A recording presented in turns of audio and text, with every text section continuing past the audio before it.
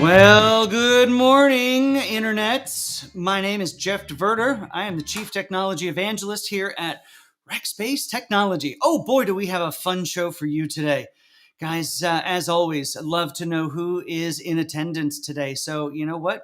Introduce yourself in those little comments right there and let me know who you are and where you are. Also, if you're a racker, we get a lot of rackers watching this, which is really kind of awesome.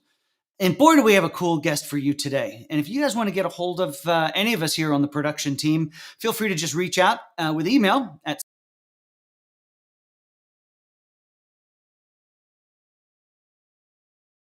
is.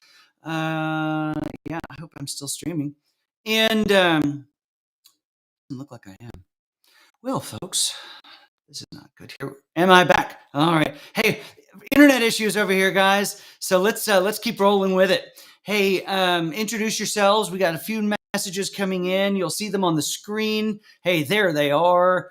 Glad you guys have taken the time to be a part of the conversation. It's going to be a really fun one today. I've got just a great old friend. He's not that old, but I've known him for a good long time, and we are going to talk about storytelling in 2022 and all the tech that there is. But I think John would tell you there's really only one tech that you need. But we'll get into that here shortly. Now we got Chandon from India is here. Charlotte's Luis from Charlotte. South Carolina. Holy cow, look at all of these coming in. I'm so glad all you guys are here. Hey, Todd's here. Great racker.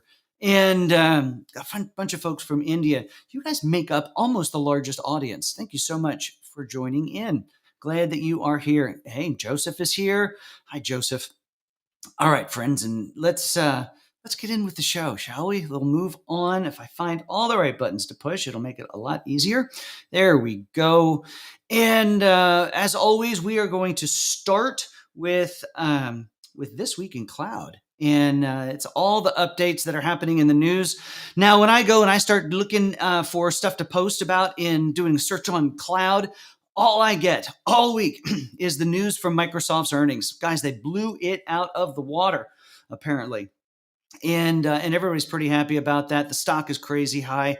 This cloud thing, it might be around for a while. Their earnings they beat the estimates. They thought it was going to be, the analysts were thinking it was going to be more about 50 billion, but they were 51.7 billion. By the way, when you're talking about, the decimal points and you're talking the billions, that's a lot. Hey, we got LinkedIn users from Denver. We got folks from San Antonio. Sadig from San Antonio. Mexico City. I do love Mexico City. Hey, this next article is a bit of research, but it makes me want to actually introduce an interesting customer to you because they're doing some really, really cool work.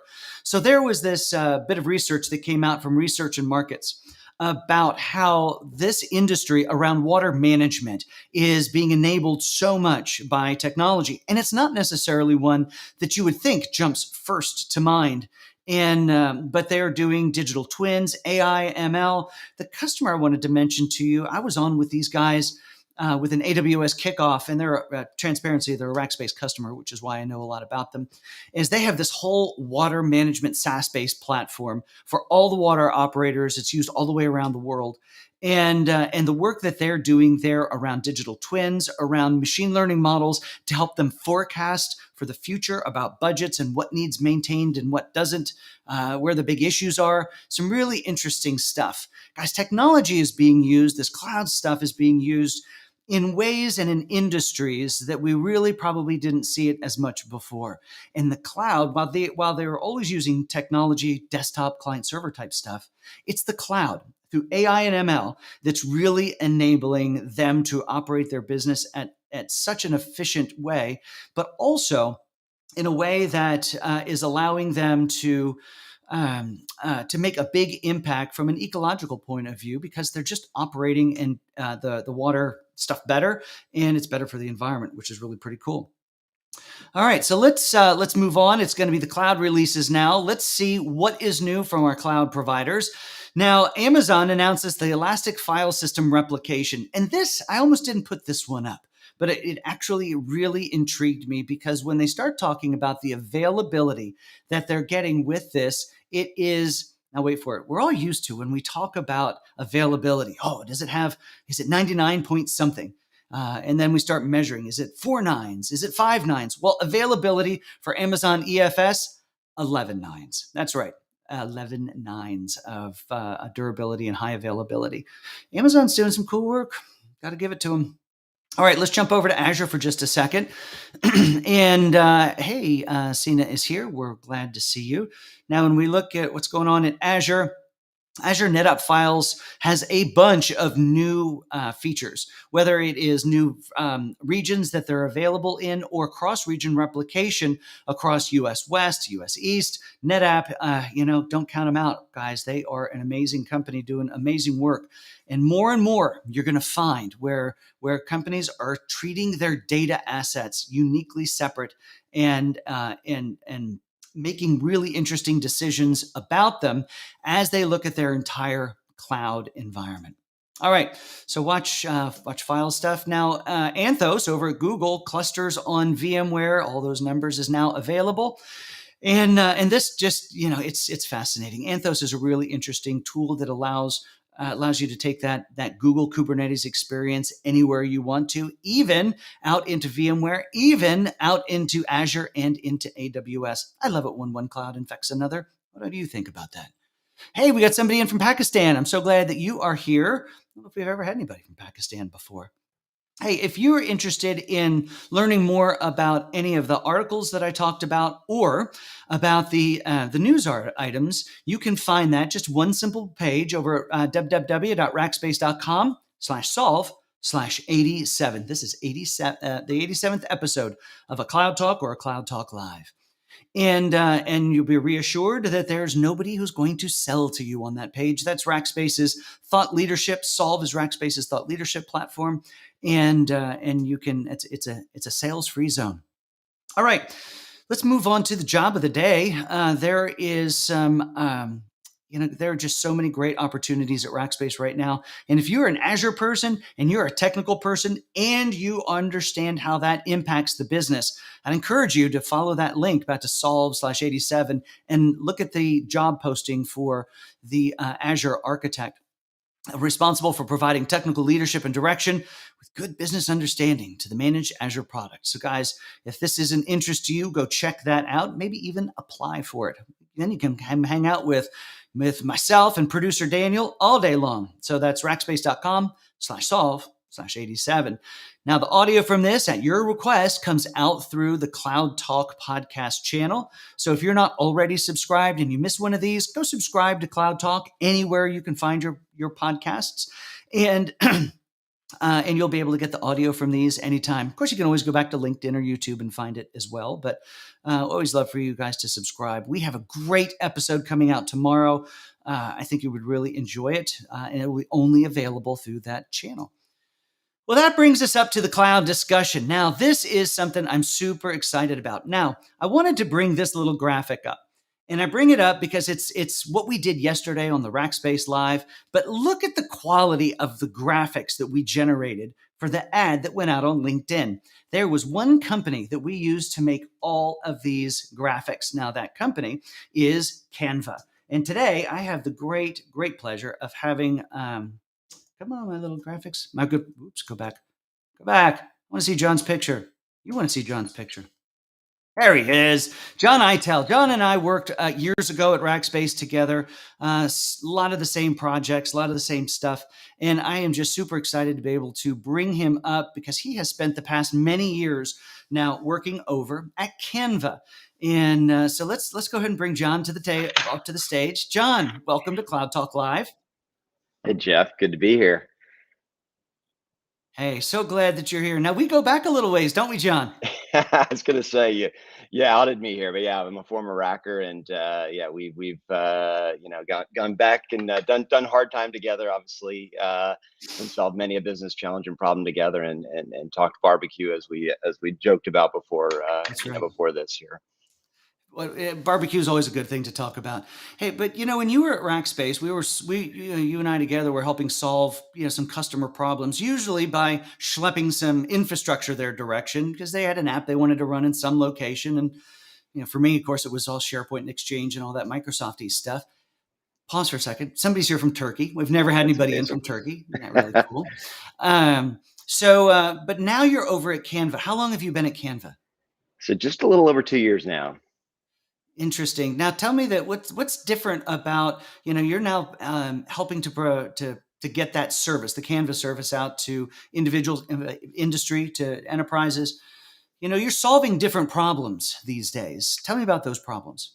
Yeah, it's funny, and there's a lot of similarities and parallels to what we did together. So I'll bring it back, and it's kind of fun to see, patterns emerge and new things, creep up, but also history repeating itself here. But Canva's obvious mission is to help the world design and create more effectively. They started out helping consumers. That was the kind Mhm. of genesis story. The founders realized that for consumers it was really hard to create things like social posts, birthday cards, things that you wanted to do. You needed a graphic designer, you needed expensive licensing. So they gave Yeah. the world this free software that was packed with lots of great robust feature set that really empowered consumers to go out and design and create more effectively. And they did it for free. They still do it for free to this day. So if anybody is interested in trying it out, I'd encourage you to sign up for a Canva account. But the other part of the story is that they eventually said, okay, we've got to figure out how to make money and pay the bills here. And so about 3 years in, they said, okay, who else has this kind of design challenge? It would be small businesses, right? And so we created our pro platform, which is geared at helping small businesses design and create more effectively. And so I always love to use the example of, if my wife was a big time baker and she wanted to open a cupcake shop, she quickly learned with her love of baking that she needs social media posts, Mhm. business cards, letterhead, all those things, and she couldn't afford a designer. And so for $9 a month, that's what our pro platform does. And then the last part of this is actually what you alluded to here, Jeff. We've now taken it into the enterprise. Actually, the enterprise started pulling us in there. We started to Mm. see teams at big companies starting to use our platform more and more, which really surprised us, because we said, okay, folks at big companies typically have big marketing teams. They've got graphic designers, they've got agencies, they've got all these resources at their disposal. And so we went out and interviewed those users to find out kind of what was going on here, who they were, why were they using this platform that we didn't think was really purpose built for them. And we quickly found out that there's a lot of people, like yourself, like me, that want to create and design. And when they go to the designers, they tend to be, inundated with all the requests from the business. And so Yeah. simple tasks almost get deprioritized, and just it's hard for them to get to them. And so these users said, hey, I can create that myself if I use Canva. And so it allows the teams now to work more effectively, and also allows the designers to actually focus on the things that really matter. And so kind of like Mhm. we were solving cloud problems together. Right. I've heard people say that design is now the new IT, which I thought was a kind of funny analogy. Interesting. Um, but yeah, the thought on this is that, look, IT used to be the bottleneck in the business, for rolling out software projects, things of that nature. And then the cloud came out, and it became, much easier to get things into production, and eliminated that bottleneck. And I think that same thing is happening, with design teams now. Design teams Mm. have always been historically small, and they haven't scaled and grown with the needs of the business. And then, if you kind of pack that with people are now wanting to do more communicating through, social posting, like you do, Jeff. If they want to start a podcast, if they want to create a brand online, they can now do that using our tools. So that's kind of the genesis story, what we're doing today, and how Right. it really kind of parallels a lot of the things that we solved together and some of the challenges we faced. Yeah, when some of the problems that we were solving was rogue IT a lot of times, weren't we? So you'd have people who'd go out and just swipe a credit card somewhere and end up with a lot of extra IT. Well, the thing that impressed me is you guys took me through some of the tooling in Canva. For the small business user, they can get in and do everything they need to do. Create a little template. They can have a color palette that somebody might define for them. But there are ways for workflow approvals, for design consistencies, so you can still get your graphic design people to have control, but now people can create content on their own, self-serve, but still be part of the same, corporate branding design setup. Absolutely. Yeah, that's the key, is that we want to, give them freedom within a framework and empower them to do their work more effectively. And if done correctly, there's a lot of great brands that I think are disruptive that are on the platform today using it, and they've seen their employees as a megaphone. They want to give Canva to all of their employees because they say, the sales team should be out, creating content, creating a brand, representing us. We want the marketing team to do it. We want, the corporate comms team to do it. And look, if they can minimize that burden on the designers and allow the designers to really focus on the things that really matter to the business, like the website, the logo refresh, the brand redesign, and all the things that really get them energized to come to work every day, that just makes for a more efficient process. Well, and the reason I wanted to have you on, and why, guys, I thought this was an important conversation is we all know that there are some amazing high power tools to do the fanciest in graphic design, the Adobe Illustrator, the Photoshop, all of that stuff that costs thousands of dollars and requires some skills to really create the right outcomes and whatnot. Now that requires, it is now that, like, the Adobe suite is now utilizing a lot of AI and ML stuff that's happening in the cloud to empower these trained graphic designers to do what they do. And what we see in this transformation is a direct parallel between, again, I'm going to go back to John and I's early days where we were trying to fill up servers in a rack-based data center. That was our mission. That was our goal. And now it's not about a server, it's about a service. It's about speed to delivery. It's about outcomes as opposed to boxes and software SKUs.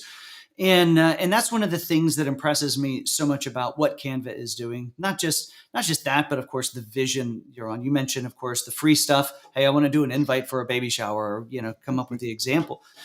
And now really being able to make this an enterprise grade application that that you don't need to go spin up servers for, and it's just available as a service. And as I've said a million times, if you can buy something as a service, buy it as a service and don't mess with hardware.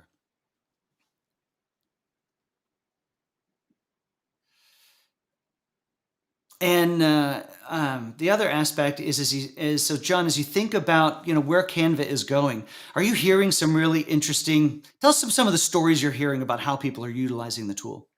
Yeah, no, I think that's the fun part. I do think I joined the company right as the pandemic happened. So, Mm. the last 2 years, for me, like everybody's, has been very interesting. But I think why that's important to this journey is I do feel like, when I joined, the pandemic, happened almost immediately after that, and we were immediately distributed. And so I think the demands and needs of creative, spiked, and we weren't able to walk up to the desk of our designers anymore and Yeah. ask for those things. And so, the tool really has been, I think, a powerful enabler to help, these folks that are now scattered, distributed, to be able to create, more effectively. They're also collaborating. We've got whiteboarding, built into our platform right now. And so I think that's, one of the things that's been really helpful, since we Feature I can't all. missed. I didn't see that one.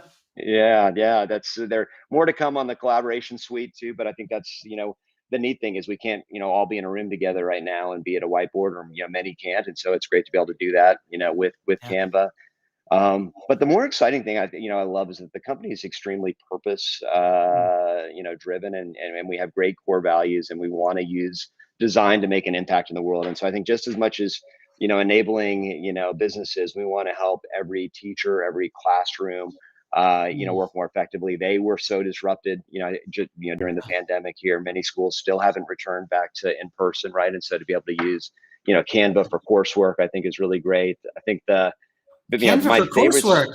Yeah, Nice. yeah. We have an education version which allows teachers to assign, coursework to students, and allows them to work through it, together. Again, online, distributed, which is great. We created a whole bunch of, in the beginning, a lot of, families became the teachers, right? And so they had to do Mm. homeschooling in a lot of these cases. And so we created a lot of, templates and curriculum in our education platform to help, moms, dads that are now, being thrust into to the teaching world, to be able to do it more effectively. And so that was, one of my favorite things. And then the other one that was really neat is, one of our big features is called background remover, that everybody raves about. I don't know if you've used it before, Jeff. I didn't use that feature yet. No. It's pretty neat. You got to find, find a picture and, utilize it. But it uses AI to Yeah. find the edges of our, so if you were to update or upload a picture of you or I, and use background remover, it would find the edges of, my shirt, my face, my head, and it would remove this stone background from me behind me. And it allows you to overlay it on, whatever you want. And it's, like 99% accurate with AI. I think designers are blown away when they see this, because in Adobe, it's a pretty tedious task to be able to Yeah, find to trace all those around edges. and get the stuff you missed, and I've done that. Yeah. Yeah, yeah, and so that's actually been enabled through a company we acquired, and they Oh, have the technology. But their next, product that we're going to be rolling out is video background remover, and really? it's already actually, in trial, and they have it as a standalone product here. But it's been great for using, for people who need green screen, who can't go back into a studio, right? But the reason I bring this up is the most powerful use case I saw during this time that really hit home for me was, many of the seniors who were graduating from college, weren't able to have Mhm. a graduation, as many know. And so you really, kind of feel for them. They didn't get to have that Yeah. ceremony walk and be able to get their diploma. And so using Kaleido's, video background remover, we actually empowered a couple of colleges to be able to, film graduating seniors who are walking across their living room, and then we were able to remove the living room and overlay, the campus as a background, and be able to give them, the closest thing to that experience Right.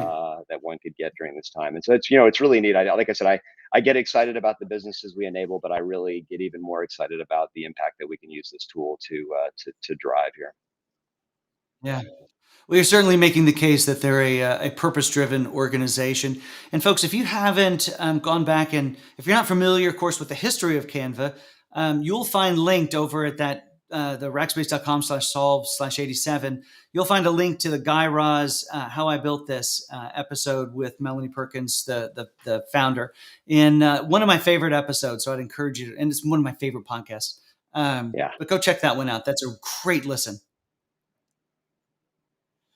So, John, you've given us a little bit of a hint about what's coming in the future. Any secrets you can tell us on this? Not so, probably You want the not, but juice right here? I do No, want the look, I juice. think, It's just you and I, and about a couple yeah, hundred other people. just a couple of friends, and from people from all around the world here. Well, between us, friends and family around the world here. Yeah, you're going to see a lot more of I would say, the business related use cases come out Yeah. from us. And so one that I'm really excited about, that we'll be talking a lot about this year, is that we acquired a company that is really prominent in the data visualization space. And so if you can Yes. imagine, they've powered a lot of the, news sites who, were doing COVID, tracking, a lot of the election sites that did a lot of the election results. And they do these really great, massive big data visualization projects, and they're going to bring, that feature and tool set into Canva. So if you can imagine, Jeff presenting to your team, or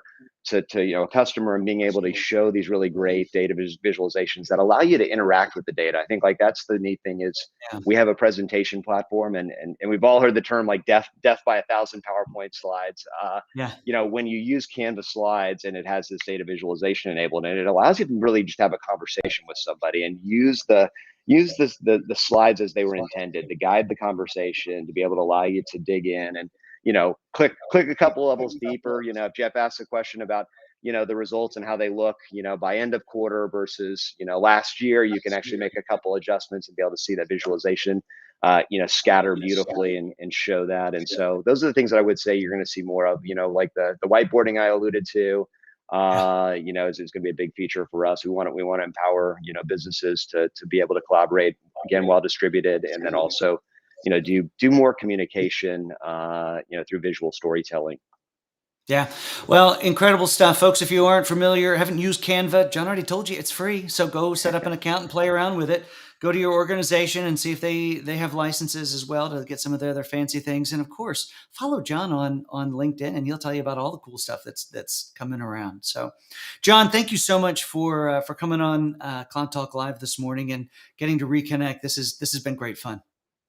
Always a pleasure. Really cool to see how the breadth of the audience. Like, that's really neat to see where everybody's coming from. And congrats on 87 episodes. That's huge. Yeah, thank you. I'm gonna have to invite you back because somebody's asking for a demo. So when that hits prod and you're ready to show it, come on back and run us through it, and we'll see if we can get some interest. Gladly, I'll do a part two, and maybe show some of the stuff we're hinting or alluding to when it's ready. I'd love that. Thank you so much. Everyone, I hope you have an amazing day. And thank you for spending the first part of your morning, if you're here in the US, or evening, wherever in the world you are. We've had some folks come in from all kinds of new places. Philip Wyatt's here. We appreciate him. He's up from Dallas. That's not too far away.